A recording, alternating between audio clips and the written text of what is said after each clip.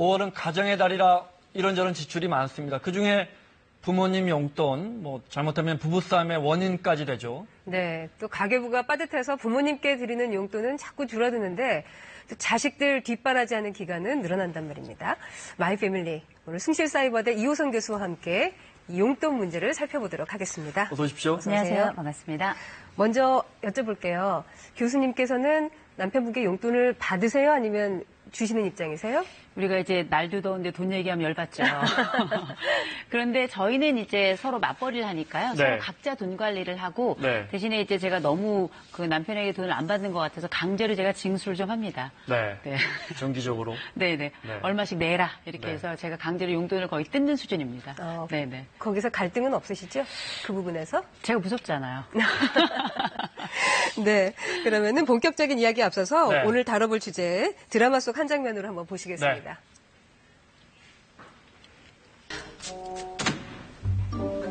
아니, 이게 다 뭐야? 이건 또 뭐고? 뭐야 이거? 새로 산 거. 어머, 작년에 산 카메라도 있는데. 어머머. 이 장비병이 또 도졌네. 또 도졌어. 어?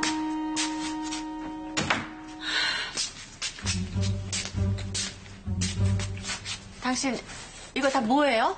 왜 이렇게 많이 샀어요? 입으려고 샀지? 앞으로 신용카드도 정지해요.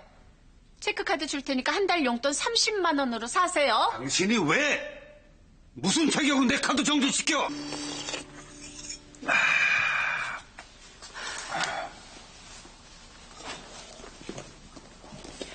체크카드예요, 30만 원. 아이, 30은 너무하잖아.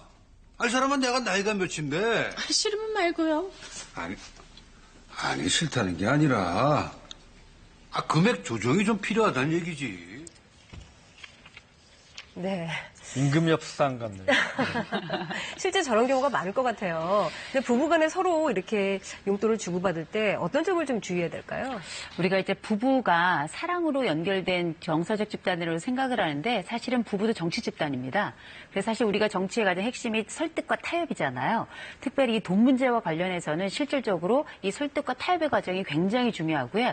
특별히 그 이야기를 할 때 이를테면 내가 당신에게 뭔가를 이렇게 받아낸다는 느낌 이런 것보다는 또 강요라는 느낌보다는 조율이라는 인상을 주는 것이 훨씬 더 중요하고요. 네. 또 한 가지 나가서는 내가 당신에게 더 주지 못하는 것이 굉장히 아쉽다라고 하는 마치 상대방을 굉장히 실제 사정이 어떠하든지 간에 배려한다 또 내가 배려받는다 이런 느낌을 그 서로 나누는 것이 네. 이런 돈 문제와 관련해서 부부간의 이야기가 나올 때는 굉장히 중요한 부분이죠. 네. 진짜 말씀 듣고 보니까 너무 당연한 거 우리가 다 알고 있는 거지만 이것밖에 못 줘서 미안해요. 이렇게 말하고 주는 것과 그죠? 네, 큰 정말 차이가 있죠. 큰 차이가 그렇죠. 있을 것 네. 같습니다. 부부간에 돈 이야기가 나왔어요. 요즘 맞벌이 부부가 많아서 그런지 남편이 얼마 버는지 부인이 얼마 버는지 정확히 서로 네. 뭐 이렇게 확인하거나 한 통장에 넣지 않고 따로따로 관리하는 그래서 생활비는 누구 통장에서 쓰고 뭐 집을 마련한다든지 전셋돈 마련할 때 이런 부부가 굉장히 많더라고요. 네. 굉장히 많죠. 이런 부분 어떻게 보세요? 그 부분에 대해서는 이거는 이제 최근에는 거의 트렌드라고 보셔야 될 것 네. 같아요. 최근에 맞벌이하는 젊은 부부들은 서로 간에 상대 월급이 정확하게 얼마인지 모르는 부부들이 굉장히 많고요. 네. 오히려 이제 외벌이 흔히 혹벌이라고 불리는 한쪽만 경제 생활을 하는 경우에는 아예 통장으로 들어와 버리니까 네, 네. 이게 확인이 가능한데 지금은 최근에는 이제 아예 가정 내에서 필요한 여러 항목들을 당신은 이거, 나는 이거 이렇게 나누어서 각각의 그 영역, 담당하는 영역만 따로 제출을 하고 네. 그다음에 공동경비 따로 내고 나머지는 거의 터치하지 않는 수준으로 네. 이렇게 가는 게 젊은 사람들의 가장 일반적인 형태인 것 어떻게 같고요. 보면 참 합리적인 것 같아요. 아니, 이제 그 이야기를 하려고요. 그게 가능하냐, 부부끼리 그랬는데, 오히려 우리 후배 부부는, 아니, 그걸 왜 서로 알려고 합니까? 네. 이렇게 답이 오더라고요. 그거는 지금 뭐 20, 30대를 살고 있는 부부들에게는 굉장히 당연한 이야기고요. 네. 그런데 이제 그렇다 보니 사실은 맞벌이를 함에도 불구하고 실질 소득의 증가 부분은 15%밖에 안 된다 그래요. 그 얘기는 뭐냐면 사실 통장은 그 돈 관리를 잘하는 한 사람한테 딱 모여서 네. 거기에서 일괄적으로 돈 관리가 일어나야 그야말로 돈도 좀 더 잘 모이고 네. 이런 과정이 일어나는데 그런 부분에 있어서는 실질적 소득은 그렇게 크게 증가하지 않는다. 그러나 네. 부부간에 가지고 있는 이런 경제적인 자유랄까요? 이런 부분은 지금은 이런 서로를 이렇게 두고 보는 게 네. 서로를 존중하는 과정 그렇게 받아들여지는 것 같아요. 네. 알겠습니다. 용돈 문제 이야기하고 있습니다. 마이패밀리. 용돈 때문에 이혼한 부부가 있습니다. 실제 사례인데요. 보시겠습니다. 한 달 10만 원, 20만 원 용돈. 이제 쉬는 날은 건설 현장에서 아르바이트. 용돈이 부족하다 용돈이 부족하니까요. 보니까. 네. 이제 원래 한 200만 원 정도 급여를 받았는데 이제 다 갖다 주고 1, 20만 원 정도 받아 쓴 건데 그러니까 워낙 돈이 부족하니까 현장에서 나는 아르바이트까지 했다라고 이혼 소송을 했고요. 부인은 몸 아픈데 혼자 뒀다. 그래서 이제 친정집으로 가서 돌아오지 않았고 네, 결국 그래서 이제 이게 화근이 돼가지고 A 씨가 이혼을 이제 청구를 하게 되고, 네. 네. 그래서 부인이 경제권 행사를 하면서 A 씨에게 그 남편에게 인색하게 굴고 배려를 네. 하지 않았다라는 전문을 그러니까 들어서 남편 너무 용돈을 조금 줬다는 남편의 네. 어떤 그 부분을 받아들여 준 거죠 법원이. 그래서 네. 이혼 청구를 받아들이게 된 거죠. 네. 근데 사실 이게 꼭 용돈 때문에 이혼을 했다고 물론, 예, 보지는 않아요. 네. 근데 경제적인 문제를 무시를 할 수는 없잖아요. 굉장히 중요한 부분이라 이런 것 때문에 갈등을 일으키는 부부들이 참 많을 것 같아요. 실제 사례에서도. 이게 참 이 돈 문제라는 게 젊어도 치사하고 늙어도 치사하고요. 네. 그런데 분명한 건 돈 문제는 늘 우리의 일상이라는 거예요. 그래서 네. 치사하지만 이야기하지 않을 수가 없고 또 늘 일어나는 일이지만 늘 일어날 때마다 감정이 상하는 게 또 이 돈 네. 문제거든요. 근데 실제 부부들이 왜 이런 상황을 많이 겪게 되는가? 예를 들어서 남편이 벌고 아내가 벌지 않는다고 할 때 아내가 또 돈벌이를 한다고 하면 사실 남성들이나 여성들이나 할 것 없이 한쪽에서만 일단 그 돈을 벌게 되면 내가 적어도 돈을 벌었다. 그리고 내가 이걸 돈은 번 사람으로서가 아니라 그래도 내가 살 만큼은 줘야 되지 않겠느냐. 사회생활 할 만큼. 그런데 나에게 그만큼을 제공하지 않는다는 건 나에 대한 배려. 곧 당신이 사회생활을 제거나 하거나 말거나 간에 나는 내 가족만 지키면 되겠다. 혹은 뭐 나에게 필요한 부분만 주면 된다. 네. 약간 내 배우자가 이기적으로 느껴질 때나 아니면은 경우에 따라서 왜 자기는 쓸 거 다 쓰는 것 같으면서 괜히 나는 조금 주는 것 같은 그런 치사한 경우를 두 분은 겪지 않으셨나 봐요. 표정이. 네.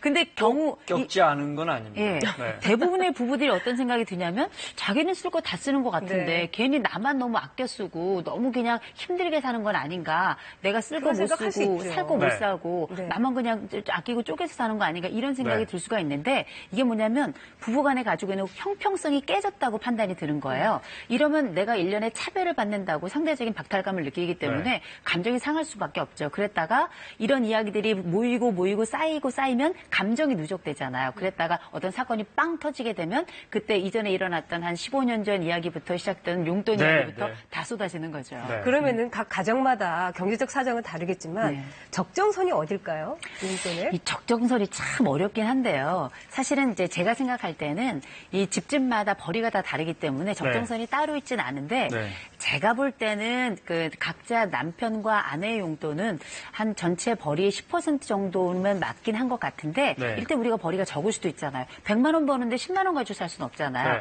그럴 때는 이제 가산을 좀 해가지고 좀 드리고 그 외에 예를 들어서 뭐 400만 원이다. 그러면 그중에 한 뭐 남편이 한 40만 원 정도는 쓸 수 있도록 하는 게 어떤가라는 게 제 생각인데요. 그거는 집안의 형편과 상황 또 그 가장이 가지고 있는 어떤 전체적인 뭐 힘이나 능력, 가정 내의 발언권 이런 그러겠죠. 것들에 따라 차이가 좀 있겠죠. 네. 네. 제가 아는 어떤 분은 이제 은퇴를 하셨는데 은퇴 전에 주변 지인들이 돈을 좀 따로 비자금을 모아둬야 된다. 네. 그랬는데 아유, 부부간에 네 돈 내 돈이 어디 있겠느냐. 네.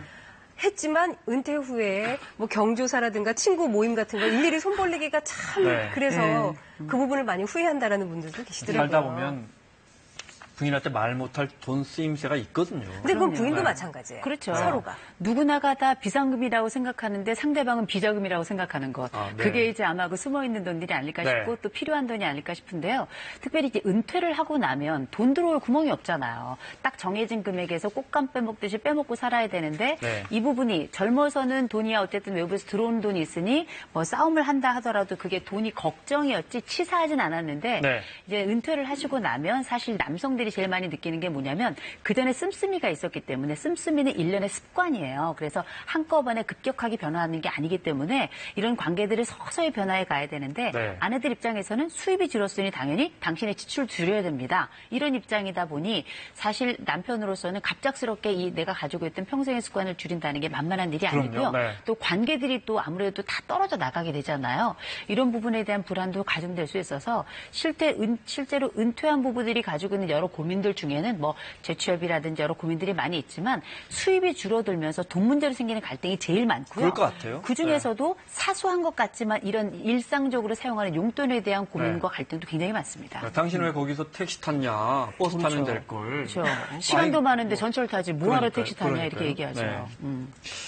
진짜 갈등은 부부간의 용돈도 있겠지만 양가 부모님께 드리는 부분. 네. 그 부분 저희가 최근에 통계를 하나 봤는데 국민연금연구원의 통계를 보니까 예전에는 우리가 이제 과거에 정서라든지 관행이라든지 아무래도 친가 쪽에, 그러니까 시댁 쪽에 더 많이, 그러니까 처가 쪽보다는 더 많이 줬단 말이죠. 네. 1.5배나 더 많이 줬는데, 이게 이제 몇 년 전 자료긴 한데, 이제 한 10여 년까지 조사한 겁니다. 근데 얼마나 바뀌었는지 볼까요? 네. 네. 8년간, 이렇게 바뀌었습니다. 2005년부터 2013년까지. 아무래도, 친가 쪽은 17만 원 정도가 늘었는데 처가 쪽은 친정 쪽은 한 31만 원. 좀 균형이 잡혀가고 있어요. 그렇죠. 네. 이렇게 증가분만 보면 처가 쪽에 너무 많이 간 거 아닌가 이런 네. 생각이 들지만 그 전에 워낙에 적었던 그러니까요. 거예요. 네. 그 전에는 뭐 사실 부양의 의무가 아들에게 있었기 때문에 네. 당연히 이 부양을 하는 아들이 부모님들께 용돈과 생활비를 드리는 게 당연했어요. 네. 그래서 아무래도 본가 쪽에 더 많은 돈이 가고 이런 용돈 개념에 있어서도 처가하고 차이가 날 수밖에 없었는데 뭐 최근에는 여성들의 경제 활동도 많이 늘고요. 맞벌이도 네. 늘고요. 무엇보다 이 부부 간의 이 평등의식도 굉장히 많이 늘어났기 때문에 네. 네. 우리가 참 안타까운 얘기가 어떻게 보면 반면교사가 된 게 우리가 이혼 사건들을 많이 다루게 됐잖아요. 네. 이혼 사건을 다루면서 여성이 남편이 뭐 남편만 돈을 번다 하더라도 여성이 가사 노동을 하면서 벌었던 네. 여러 가지 기여분 네. 이런 부분들에 대한 인식이 많이 올라가면서 여성들이 처가에 대해서 특별히 네. 자기 그 친정에 대해서 신경 쓰는 부분을 남편들도 조금 자연스럽게 생각하게 됐고요. 네. 옛날에는 안 했던 건 아니고요. 네. 슬쩍. 옛날엔 슬쩍 했었죠, 아내들이. 네. 그러나 네. 이제는 공평하게 이야기해놓고 네. 서로 터놓고 제가 이야기할 볼 수 때는 있는 맞벌이 것 영향도 같습니다. 있을 것 같아요. 네, 맞아요. 맞아요. 같이 버는데 왜 시댁만 용돈 드리냐 네, 이 그럼요. 부분도 있을 것 같습니다. 근데 문제는 점점 문제라고 제가 표현했는데 서울연구원의 조사 결과 보면요. 잠깐 보겠습니다. 보면 부모를 내가 자막으로 좀 보여주실래요? 네. 부모를 내가 부양해야 한다는 것도 있지만 정부가 해결해야 한다. 네, 이게 네. 왜 우리 부모를 사회적 책임을 우리만 하느냐? 강조하죠. 네. 정부의 사회적 책임 이런 부분의 인식이 점점 높아지고 있거든요. 그러면 우리가 2000년에 했던 조사를 보면은 네. 그때 만 13세 이상 되는 사람들이 가족이 부모를 부양해야 됩니다라고 하는 이게 70%가 넘어섰어요. 네. 근데 2016년으로 넘어오면서 어떤 일이 벌어지냐면 가족이 부모님을 부양해야 됩니다, 봉양해야 됩니다. 이게 30%대로 떨어집니다. 네. 그러니까 이제 40% 정도가 훅 떨어지면서 동시에 뭐가 올라가냐면 정부와 가족이 함께 부모님을 부양해야 됩니다라는 입장이 45%로 증가를 했거든요. 네.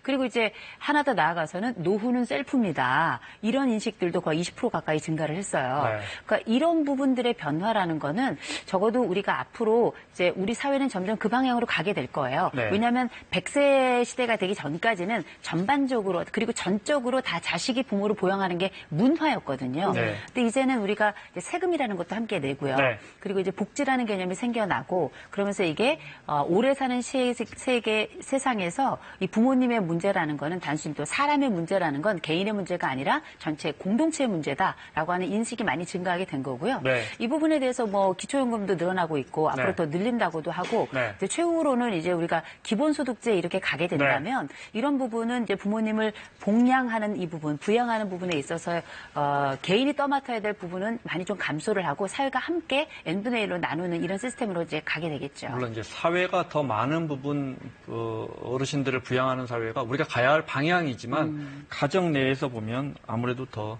좀 아쉬운 부분이 있죠. 그렇죠. 네. 또 요즘 추세가 자녀의 생계를 책임지는 부모가 많고 네. 그 기간이 상당히 늘어나고 있는데요. 화면으로 준비했습니다. 네. 너 이제부터 무조건 하루에 용돈 10,000원이야. 아빠! 매일 용돈 탔어. 너한테 카드 안 줘. 대학생한테 한 달에 30만 원? 안 작아. 10,000원이면 커피 한 잔 사 마시면 끝이야. 그럼 커피 안 마시면 되지. 야, 네가 한 달에 돈 얼마나 쓰고 돌아다니는지 알아? 자네 절대 나 몰래 진주한테 카드 주지 마. 꼭. 예. 오냐오냐 했더니 기집애가 아주 돈 귀한 줄을 몰라. 야, 돈이 평생 샘물처럼 솟아나는 줄 아니? 너 그 돈으로 어디 한번 살아봐. 응? 그래야 돈 무서운 줄 알고 애껴 쓰지. 이거 참. KBS 드라마 아이가 다섯의 한 장면인데요. 캥거루족, 리루터족 등 신조어가 등장할 만큼 요즘에는 성인이 된 자녀를 부양하는 부모들이 대학교를 많습니다. 졸업했지만 또 아직은 취직을 못했으니까 제가 생각하기에는 딱 2년만 더 봐주기로 했어요. 그 이후로는 모르겠다고. 최근 육아정책연구소에서 자녀의 경제적 지원을 언제까지 해야 하느냐에 대해서 조사를 했더니 취업할 때까지 23.6%, 결혼할 때까지 12%, 결혼 이후 안정될 때까지 3%, 평생 2.3%로 부모 10명 중에 4명은 취업 이후에도 지원을 해줘야 한다고 밝혔습니다. 결국 부모 봉양은 약해지고 자녀 뒷바라지하는 기간은 길어지는 거네요.